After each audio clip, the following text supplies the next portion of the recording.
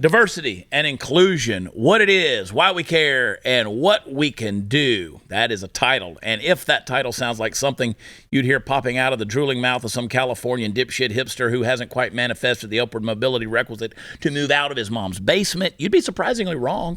As a matter of fact, it's the name of a seminar that began a year ago at the Air Force Academy in Colorado. Yes, even the mighty military of the United States of America has entered the hallowed and largely mythical realms of person-centered language amid the sweltering and, one might say, hellish heat of the diversity, equity, and inclusion zeitgeist. Goodbye words like mom, dad, girlfriend, and boyfriend, and hello to the kind of gray, sexless, mirthless environment that a villain from an Orwell novel might feel right at home within. Hello also to diversity goals, because meritocracy is dead, don't you know? We've just thrown out the old idea that you want to be the smartest, best, most physically fit people you can get your hands on, no matter what their race, religion, or possibly even gender, in favor of an institution we can be proud of for its balance. Folks, I cannot stress enough how much of a bad idea things like this are. God, we've talked about it so many times. We created a military in this country for one reason: to defend liberty. And that means removing the feels insofar as it is possible to do that to a human being, just short of creating an emotionless monster. That's right, the balance is delicate, but for decades and decades, we did it basically right in this country. In other words, this injection of wokeism into the American military isn't just a waste of time, and don't get me wrong, it's a huge waste of time. You need to be learning how to kill the bad guys abroad, not learning how to avoid misgendering them before you plug them. But it's something far more sinister in that it continues the operation the left is always seeking, which is chipping away at, what am I going to say?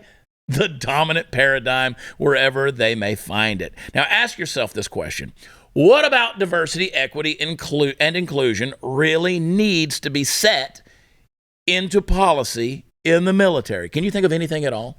It's not as if they don't already have an extraordinarily complicated and rigid code of conduct. Hell, their code of conduct is far more well-defined than that of the average American citizen. So why take it that one step further? Could it possibly be that there's an undercurrent present which has the goal of washing away all the foundational principles which have guided the military in the first place? Could it be that the wokesters are all too aware of the noble archetype of the military hero and they just can't stand it? Now, I've had quite a few members of the military on this show over the years, and to a person, they all have a small subset of qualities which they not only share, but which are pretty self-evident if you're in their presence for just a few minutes. There's a bearing, there's a well-earned pride, there's a certain solidity of character that shows up time and time again, and I'm telling you in no uncertain terms that the left simply cannot stand that. And in their reckless stupidity, they're willing to risk everything to mash it out by pouring their half-baked ideology all over it and seeing what happens. The left is like the Joker in Batman. They just like to watch the world burn, and they have some far-flung notion that out of its ashes will arise the utopia which they fruitlessly seek, but seemingly never find. Folks, we got to get this woke crap out of the military and actually out of our complete society. I don't know what that's going to take. Maybe some kind of a new great awakening, whatever it is. We can't let it fester too long or it will absolutely destroy us. I'm so sick of hearing about this stuff, dude. Honest to God.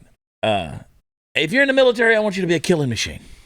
That's kind of the point. I want you to be a killing machine. I've said it for the last 2 years on this show. People laugh at it, but it's true. What they want to do, they want to weaken our society, make our men weak, turn us into a bunch of soy boy beta males, and then they can come in here, they can rape your women, they can take over, they can reproduce. There was a literal video, TikTok video, where a guy was espousing exactly that. Yeah. He said, we got to kill white people. And the Twitter's been suspended. But he's like, we got to kill white people. We got to have sex with their women. And that way, when they bear our children, they can't be racist anymore.